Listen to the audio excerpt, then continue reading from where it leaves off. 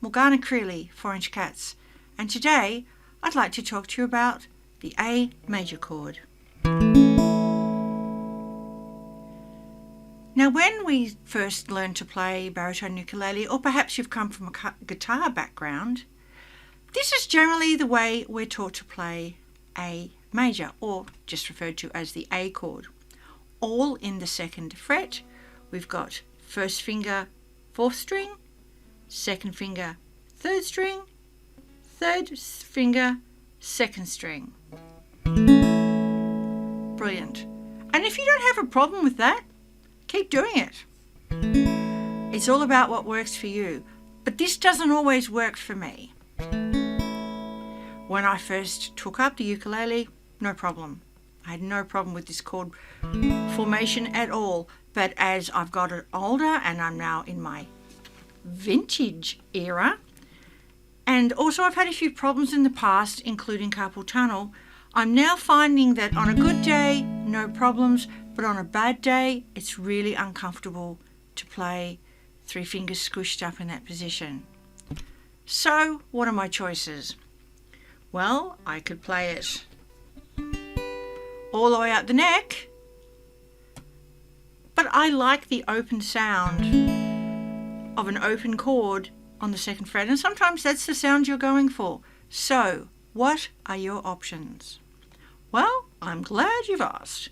Here is something I came across in an online guitar tutorial 2 days ago that just made me sit up and think, oh my God, that is so brilliant. So, this is what we're going to do. First of all, consider your D7 chord. 1st finger, 2nd string, 1st fret.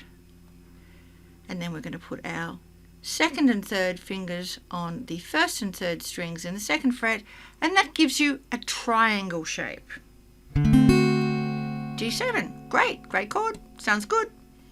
What has it got to do with an A major? Haha, good question. All these questions, they're good.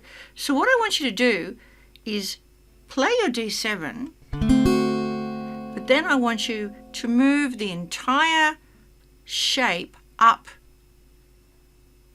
to strings 2, 3, and 4.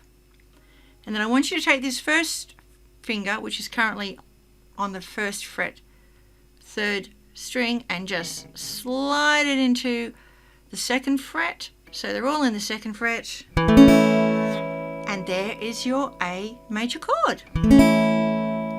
So for me personally, this is a lot more comfortable than that. So what's the difference? Okay, so what we're doing is we're going from 1, 2, 3 fingers. I'm going to flatten them just so you can see. And what we're doing is that we're swapping over fingers 1 and 2. So we've gone from 1 to 3 to 2, 1, 3. Still giving us the same effect because we're still holding down the same notes in the same fret, in the same position. We've just changed the fingers that are doing it.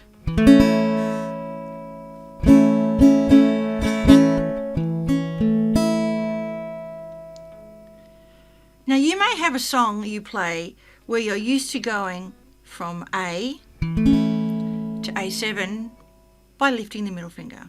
I'm not trying to be rude here. And there's no reason why you can't do that with the switched up formation.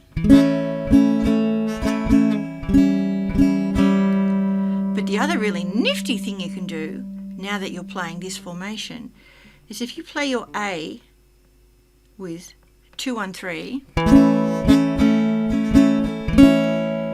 you can then take your 1st finger and slide it back into the 1st fret to give it a true D7 shape, and that gives you the lovely chord of A major 7, not A7 but A major 7.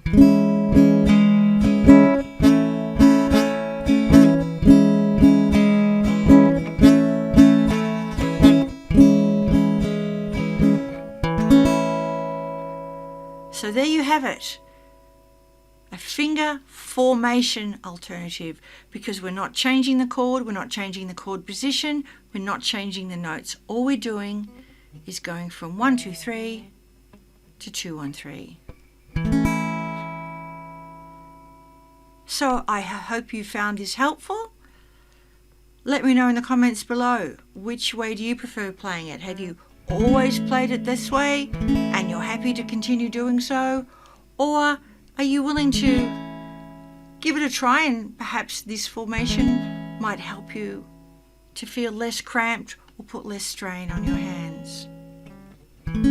Either way, thank you for watching. I hope you're having a good day, and I'll talk to you later.